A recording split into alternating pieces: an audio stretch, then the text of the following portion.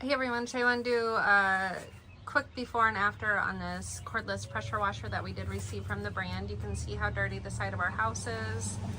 And then we just have this into a bucket of water, so we don't need a hose. We can have the option if we want a hose, or we can just have it in a bucket of water. Now you can see the dirt just coming off when he starts.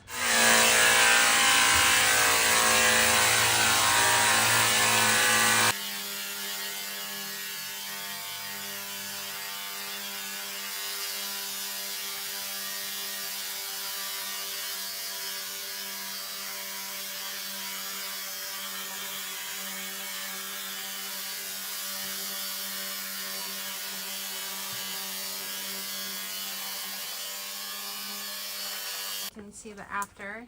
It is much cleaner and really easy to use.